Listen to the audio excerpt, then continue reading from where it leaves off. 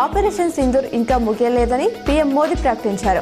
140 కోట్ల ప్రజల తరపున చెప్తున్న ఆపరేషన్ సింధూర్ ఇంకా ముగియలేదు. పహల్గామ్ ఉగ్రదాడి తర్వాత ప్రజల్లో రగిలిన కోపాన్ని అర్థం చేసుకున్న మన సోదరిమల్లు సింధూరాన్ని తుడిచివేసిన ఉగ్రవాదులకు సింధూర్ బలమేంటో తెలిసేలా చేశాం. పాక్ భూభాగంలోకి 3 సార్లు వెళ్లి దాడులు చేశామన్నారు. స్థానిక సంస్థల ఎన్నికలను జూలై చివరి వారంలో మొదలుపెట్టి ఆగస్టు తొలి వారంలోపు పూర్తి చేయాలని ప్రభుత్వం కసరత్తు చేస్తుంది. జూన్ చివరి వారంలో సర్పంచ్, ఎంపీటీసీ, జెడ్పీటీసీ, మున్సిపాలిటీ ఎన్నికల షెడ్యూల్ ప్రకటించి నోటిఫికేషన్ జారీ చేయాలని భావిస్తున్నట్లు సమాచారం.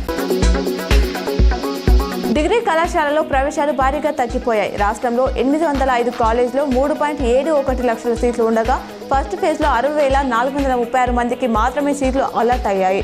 సుమారు 74 కళాశాలలో ఒక్క సీటు కూడా భర్తీ కాకపోవడం గమనార్హం. వీటిలో ఒకటి ప్రభుత్వ కాలేజ్ కాగా మిగతావి ప్రైవేట్ కళాశాలలు కాగా సీట్లు పొందిన స్టూడెంట్స్ జూన్ 6లోగా ఆన్లైన్లో సెల్ఫ్ రిపోర్ట్ చేయాలని అధికారులు సూచించారు. స్వంత పార్టీపై బహిరంగంగా విమర్శలు చేసిన ఎమ్మెల్సీ కవితపై వేటు వేసేందుకు బీఆర్ఎస్ అధిష్టానం సిద్ధమవుతున్నట్లు తెలుస్తోంది. ఆమె వ్యాఖ్యలను గులాబీ బాస్ కేసీఆర్ తీవ్రంగా పరిగణించినట్లు సమాచారం. నిన్న సాయంత్రం సీనియర్ నేతలతో ఎర్రవల్లి ఫామ్ హౌస్లో ఆయన సమావేశమయ్యారు. తాజా పరిణామాలపై చర్చించగా వారు కవిత తీరు పట్ల అసహనం వ్యక్తం చేసినట్లు తెలుస్తుంది.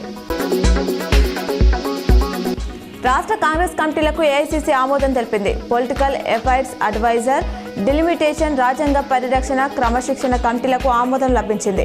పీఏసీలో రేవంత్, బట్టి, ఉత్తమ్, శ్రీధర్ బాబు ఉన్నారు. అడ్వైజర్ కమిటీలో రేవంత్, మధ్యాష్కి, గీతారెడ్డి, జానారెడ్డికి చోటు దక్కింది. పీసీసీ క్రమశిక్షణ కమిటీ అడ్వైజరీ కమిటీకి చైర్మన్లుగా మల్లు రవి, వంశీధర్ రెడ్డి వ్యవహరించనున్నారు. ఇందిరమ్మ ఇళ్ల నిర్మాణంలో వేగం పెంచాలని ఉమ్మడి వరంగల్ జిల్లా కలెక్టర్లను మంత్రి పొంగులేటి శ్రీనివాసరెడ్డి ఆదేశించారు. ఈ పథకానికి లబ్ధిదారులకు ఎలాంటి వయోపరిమితి లేదని పేర్కొన్నారు. ఇప్పటి వరకు కనీసం 50% లిస్టు ప్రకటించకపోవడం బాధాకరమని, కలెక్టర్లు జాప్యం చేయడం సరికాదని ఆగ్రహించారు. జూన్ 6లోగా మొదటి దశ లబ్ధిదారుల ఎంపిక పూర్తి చేసి వారికి ప్రొసీడింగ్స్ ఇవ్వాలని అధికారులను ఆదేశించారు.